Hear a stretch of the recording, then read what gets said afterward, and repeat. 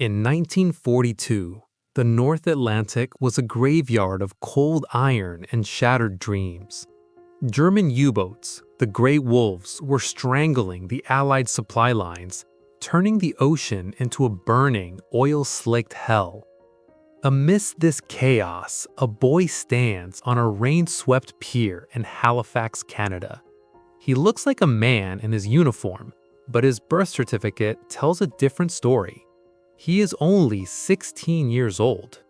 To get here, he didn't just pass a test, he committed a crime.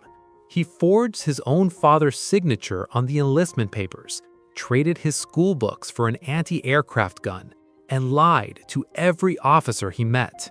He is heading into the most dangerous naval campaign in human history, the Battle of the Atlantic. While his friends are playing sports and dreaming of summer, he is about to face freezing gales, depth charge explosions, and the terrifying realization that the ocean doesn't care how old you are. This is the staggering true story of the boy who went to war. To understand why a 16-year-old would risk everything to join a war, you have to understand the atmosphere of Canada in the early 1940s. The world was on fire. Every morning, the newspapers were filled with maps of Europe turning black under the Nazi shadow. In small towns, from Nova Scotia to British Columbia, young men were disappearing from the streets, not because of tragedy, but because of duty. The call to arms was a physical vibration in the air. For a boy like Thomas, a name representing many real-life young sailors like John Travers Cornwell or the thousands of underage Canadians, staying behind felt like a slow death. Thomas grew up watching his father, a veteran of the Great War, stare silently at his medals every Remembrance Day. There was a secret language of courage that Thomas wanted to speak. But there was a problem. The Royal Canadian Navy had strict age requirements. You had to be at least 18 to see combat. To Thomas, 2 years felt like a century. He knew that by the time he turned 18, the war might be over, the victory won, and he would have spent his youth pushing a broom in a local grocery store while his heroes saved the world. The decision didn't happen overnight. It started with a stolen glance at his father's desk. One evening, while the house was quiet and the radio was humming with news of the Blitz, Thomas found the enlistment forms. He practiced his father's handwriting for weeks. He traced the loops of the letters, the slant of the signature, until he could replicate it with his eyes closed. It wasn't just a forgery. In his mind, it was his ticket to manhood. When he walked into the recruitment office in Halifax, his heart was drumming against his ribs like a trapped bird. He had spent months eating as much as he could to pack on muscle, trying to deepen his voice and standing as tall as his 5'8" frame would allow. The recruitment officer, a grizzled veteran with tired eyes, looked at the papers and then at the boy. "You look a bit young for 18, son," the officer remarked. Thomas didn't blink. He had rehearsed this moment 1,000 times. "It's the fresh air on the farm, sir. Makes us grow lean but strong. My father signed it right there." The officer paused. In reality, many recruiters knew. They saw the soft jawlines and the wide, innocent eyes of the boys standing before them. But the Navy was desperate. The U-boats were sinking ships faster than Canada could build them. They needed bodies in boots. The officer dipped his pen in ink, scrawled a signature, and just like that, the 16-year-old schoolboy was transformed into ordinary seaman Thomas. The training was a brutal awakening. In the naval bases of HMCS Stadacona, Thomas learned that the Navy didn't care about his dreams of glory. They cared about knots, gunnery, and the ability to stay awake for 20 hours in a freezing rainstorm. He struggled to keep up with men who were 5 or 10 years older than him. He had to learn how to shave a face that barely had hair on it just to fit in. He lived in constant fear that a letter from home or a stray comment about school would reveal his secret and send him back to the shame of civilian life. But Thomas was a fast learner. He became an expert on the Oerlikon 20mm anti-aircraft gun. He learned the rhythm of the ship, the way the steel hummed under his feet, and the specific smell of the North Atlantic, a mix of salt, diesel, and impending danger. His first assignment was a Flower-class corvette, a small, sturdy ship designed for one purpose: escorting merchant convoys across the Black Pit. The Black Pit was the mid-Atlantic gap where Allied planes couldn't reach, leaving the ships completely vulnerable to the German U-boat Wolfpacks. As the ship pulled out of Halifax Harbor, Thomas stood on the deck, watching the coastline of Canada vanish into the mist. He felt a surge of pride, but also a cold knot of terror in his stomach. He had his wish. He was a sailor. But as the waves began to grow into gray mountains of water, he realized he wasn't just fighting the Germans. He was fighting the most unforgiving ocean on Earth. He was 16 years old, and he was heading into a battle where the average life expectancy of a sailor was measured in weeks. The boy who forged the signature was gone. In his place was a sailor who was about to find out exactly what it cost to be a hero. The transition from the sheltered life of a Canadian teenager to the deck of a Flower-class corvette was like being plunged into ice water. The North Atlantic in 1942 was not just a body of water. It was a living, breathing monster. As Thomas's ship, the HMCS Saguenay, moved further away from the protection of the coast, the Black Pit loomed ahead. This was the Mid-Atlantic Gap, a 600-mile stretch of ocean where no Allied aircraft could provide cover. Here, the merchant ships, carrying the food, fuel, and ammunition Britain desperately needed, were sitting ducks. For Thomas, the first shock wasn't the enemy, it was the environment. A corvette was a small ship, designed to bob like a cork on the massive Atlantic swells. To a 16-year-old who had only ever known the steady ground of a farm, the constant, violent motion was agonizing. The ship would pitch and roll so severely that men had to tie themselves to their bunks just to keep from being thrown across the cabin. Everything was damp. Salt crust formed on his eyelashes. His boots were never dry. The smell of diesel fumes mixed with vomit became the permanent scent of his existence. But Thomas couldn't afford to be sick. He was an ordinary seaman, which in the Navy meant he was the one who did the jobs nobody else wanted. He spent his days chipping ice off the deck with a mallet. In the North Atlantic, spray would freeze instantly upon hitting the steel. If the ice grew too thick, the ship would become top-heavy and simply capsize in a heavy roll. As he hammered away at the frozen salt water, Thomas looked around at his crewmates. Most were in their 20s, but to him, they looked like ancient men. Their faces were lined with exhaustion, their eyes perpetually scanning the horizon for the one thing everyone feared: the silver sliver of a periscope. The Gray Wolves, Hitler's U-boats, were at the height of their power. Led by Admiral Donitz, they hunted in Wolfpacks. Their strategy was simple: find the convoy, shadow it during the day just out of visual range, and then surface at night to launch a coordinated torpedo attack from multiple directions. The first night they entered the Black Pit, the reality of the war hit Thomas with a violence that no training could prepare him for. He was on watch on the gun deck, his hands frozen to the steel of his Oerlikon gun, when a brilliant white flash illuminated the horizon. A merchant tanker carrying thousands of tons of high-octane aviation fuel had been hit. It didn't just burn, it disintegrated. The explosion was so powerful that Thomas felt the heat on his face from over a mile away. The night sky turned a hellish orange.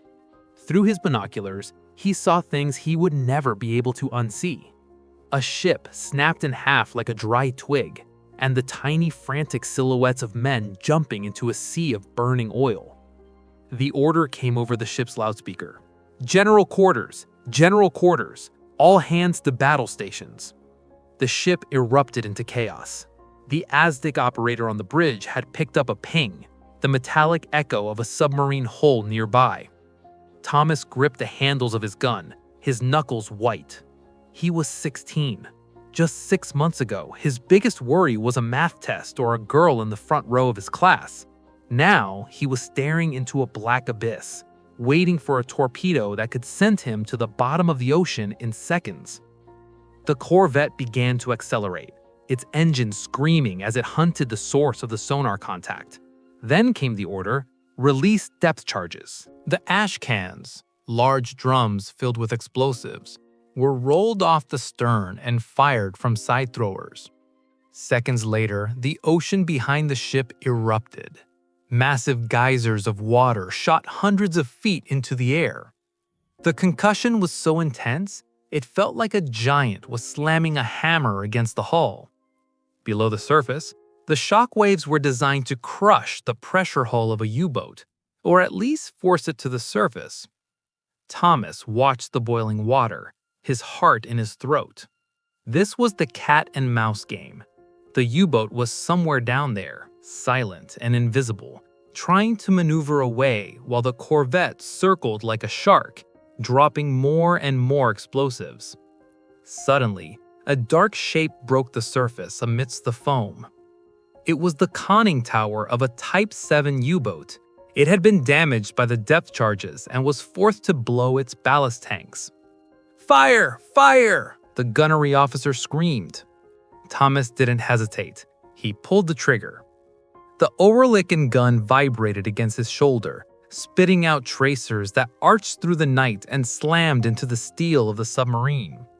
Around him, the ship's 4-inch main gun roared, sending shells whistling over the water. In that moment, Thomas wasn't a boy anymore. The fear was gone, replaced by a cold, mechanical focus. He was part of a machine. He saw the German sailors scrambling onto the deck, trying to reach their own deck gun, and he kept firing. He saw the tracers stitching a line across the enemy's hull. The U-boat began to settle by the stern. The German crew started jumping into the freezing water. Within minutes, the submarine slid beneath the waves for the last time, leaving nothing but a swirl of bubbles and a thick slick of oil. The battle was over as quickly as it had begun. The Corvette slowed down to look for survivors, but in the North Atlantic, the water was so cold that a man could only survive for a few minutes. They pulled 3 German sailors from the water, young men, some of them looking not much older than Thomas himself. As the prisoners were led below deck, Thomas stood by his gun, shivering. He looked at his hands. They were shaking. One of the older sailors, a grizzled petty officer, walked up and put a heavy hand on his shoulder. "You did well, kid. You held your line." Thomas nodded, but he couldn't speak. He realized that the glory he had forged his father's signature for wasn't what he thought it would be. It was cold, it was dark, it was filled with the smell of burning oil and the sight of drowning men. But he also realized something else. He was no longer an ordinary seaman in his own mind. He had faced the gray wolves and survived. However, the convoy was still 5 days away from the UK. The Wolfpack was still out there, regrouping, and the storm of the century was brewing on the horizon, ready to test the 16-year-old in a way that no enemy submarine ever could. While the threat of the U-boats was a constant, sharp terror, the North Atlantic had another way of killing you: the weather. By the 4th day of the crossing, the sky had turned the color of a fresh bruise. The barometer in the bridge was dropping with a speed that made the captain's face go pale. A perfect storm was converging on the convoy, and for a small 900-ton corvette like the HMCS Saguenay, this was a battle for existence that no gun could win. The wind began as a low moan in the rigging, but within hours, it had escalated into a 90-mile-an-hour scream. The waves, which had been manageable hills, transformed into 60-foot moving mountains of gray, white-capped water. One moment, the ship would be perched on a peak, looking down into a valley of water that felt 100 feet deep. The next, it would plunge bow first into the trough, the entire front half of the ship disappearing under a wall of green Atlantic brine. Thomas was ordered to the deck for a secure line detail. The violent pitching of the ship had caused the heavy depth charge racks on the stern to rattle loose. If those 400-pound drums of TNT started rolling freely across the deck, they would act like a wrecking ball, smashing through the ship's thin steel skin or detonating upon impact. As Thomas stepped out onto the deck, the wind nearly ripped the breath from his lungs. He was tethered to a lifeline, a thick rope running the length of the ship. But the force of the water was immense. A wave crashed over the side, hitting him with the force of a freight train. He was swept off his feet, his body slammed against the cold steel of a bulkhead. For a second, he was completely submerged, the freezing salt water burning his eyes and filling his mouth. He clawed at the air, his fingers finding the rope just as the water receded over the scuppers. He was gasping, his body shivering so violently he could barely hold his wrench. But he looked up and saw his petty officer already at the racks, screaming over the roar of the gale. "Thomas, get over here. If we don't bolt these down, we're all going to the bottom." In that moment, Thomas's age didn't matter. His fear didn't matter. He crawled on his stomach across the icy deck, the ship tilting at a 40-degree angle. Every time the bow dipped, the stern would rise out of the water, the propeller screaming in the thin air before crashing back down with a bone-jarring thud. They worked in the dark, sprayed with freezing sleet, their fingers turning blue and losing all feeling. They fought the steel and the sea for 2 hours. Every time they got a bolt into place, the ship would groan and lurch, trying to throw them into the abyss. Thomas felt the raw power of the ocean, a force that could crush a battleship as easily as a tin can. He realized then that the forgery that brought him here was a contract with the elements themselves. He wasn't just a soldier, he was a guardian of a fragile steel bubble in a world of chaos. When they finally secured the racks and crawled back inside the superstructure, Thomas collapsed onto the deck of the galley. He was so cold, he couldn't even hold a mug of hot cocoa. His skin was gray, and his breathing was shallow. The ship's cook, a man who had seen 3 wars and lost most of his hearing, looked at the boy. He didn't see a hero, he saw a child who had been pushed past the breaking point. He wrapped a heavy wool blanket around Thomas and sat him near the heat of the stove. "Why'd you do it, kid?" the cook asked quietly, away from the ears of the other sailors. "You're 16, maybe 17. I've seen enough of you forgers to know the look. Why didn't you stay in school?" Thomas looked at the steam rising from his mug. "My dad fought at Vimy Ridge," he whispered. "He never talks about it, but he carries it. I thought if I didn't come, I'd be less of a man. I thought the war would be over before I could prove I was like him." The cook sighed, a long, weary sound. "Kid, your dad stayed quiet because he didn't want you to see what you saw tonight. Prove you're a man? You just saved this ship in a Force 10 gale. You've got nothing left to prove. But remember this, the sea doesn't care whose son you are. It just wants to take you." The storm lasted 48 hours. The convoy was scattered. Out of the 40 merchant ships that had left Halifax, only 22 were still in sight when the weather finally broke. The rest had either been sunk by U-boats that had followed them through the gale or had been overwhelmed by the waves. As the sea calmed into a heavy, rhythmic roll, the gray wolves returned. They knew the convoy was disorganized and the escort ships were battered. Just as the coast of Ireland was appearing on the long-range radar, the sonar operator called out, "Multiple contacts! 3 separate pings! They're surrounding us!" The most dangerous part of the journey was just beginning.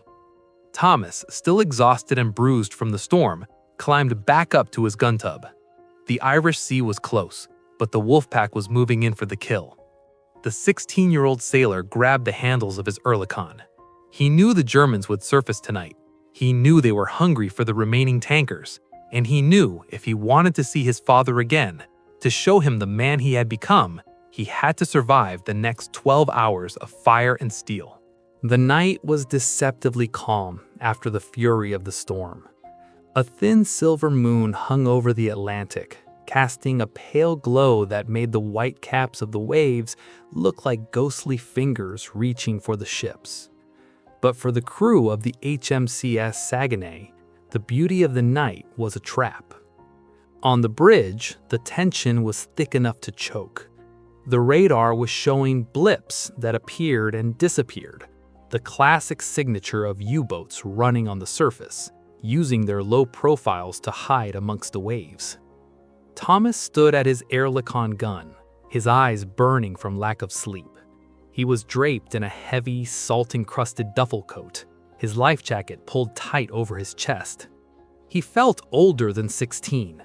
The storm had stripped away the last of his boyhood arrogance, replacing it with a cold, watchful dread. He knew the Wolfpack was out there, circling just beyond the reach of the moonlight, waiting for the perfect moment to strike. That moment came at 02 o'clock. Suddenly, the sky exploded in a blinding white light. The lead destroyer had fired a star shell, illuminating the ocean for miles. And there they were. Not one, but 3 U-boats, surfaced and running parallel to the convoy, their deck guns already flashing. A merchant ship to the left of the Saguenay, the Empire Dawn, was hit immediately.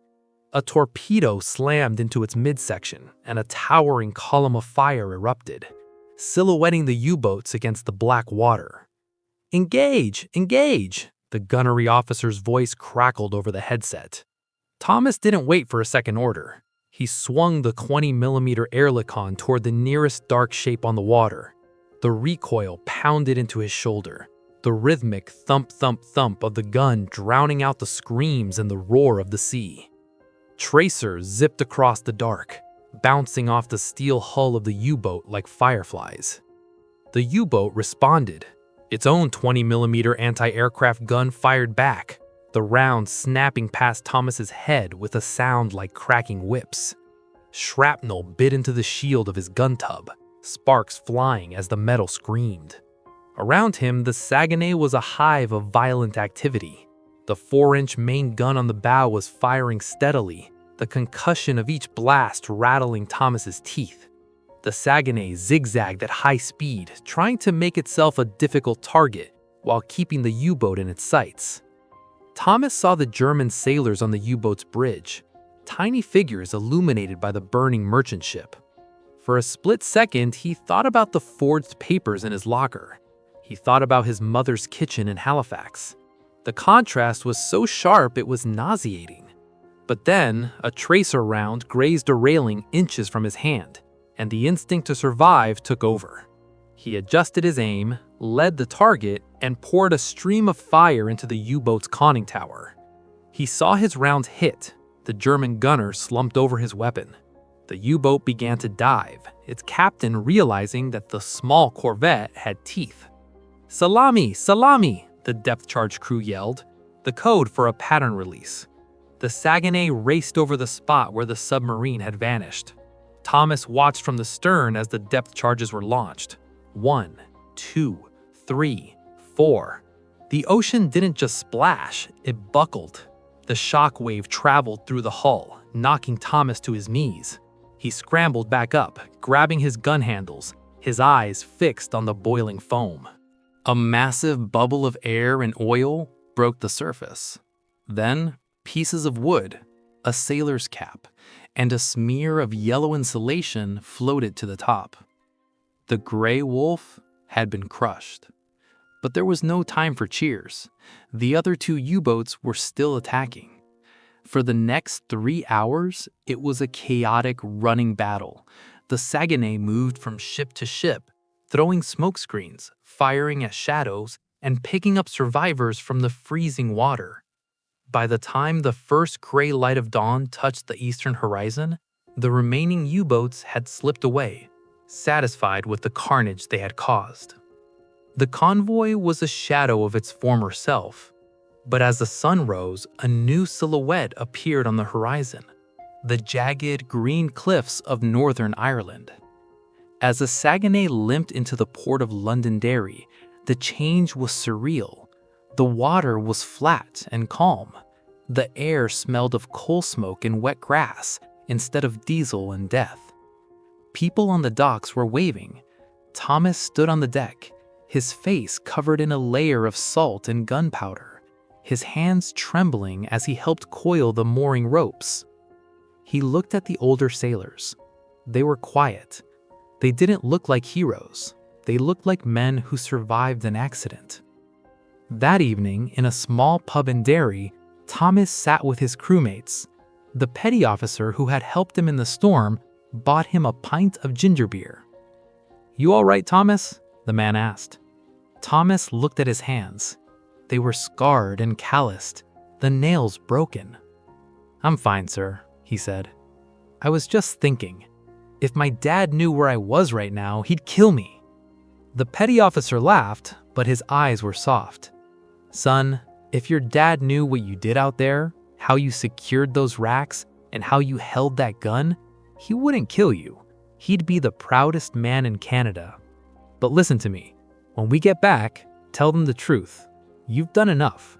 You've aged 10 years in 10 days. Thomas didn't tell them the truth right away. He served out his tour, surviving 2 more Atlantic crossings before the Navy finally caught up with his paperwork. When they discovered he was only 16, he wasn't punished. He was given an honorable discharge and sent home with a chest full of ribbons. When he finally walked up the porch of his house in Halifax, he was wearing his uniform. His father was sitting in the same chair, reading the same newspaper. Thomas stood there, taller than he had been, his shoulders broader, his eyes no longer those of a boy. His father looked up. He saw the uniform. He saw the Atlantic Star Medal on his son's chest. He saw the eye of a sailor who had seen the gray wolves. His father didn't yell. He didn't ask about the forgery.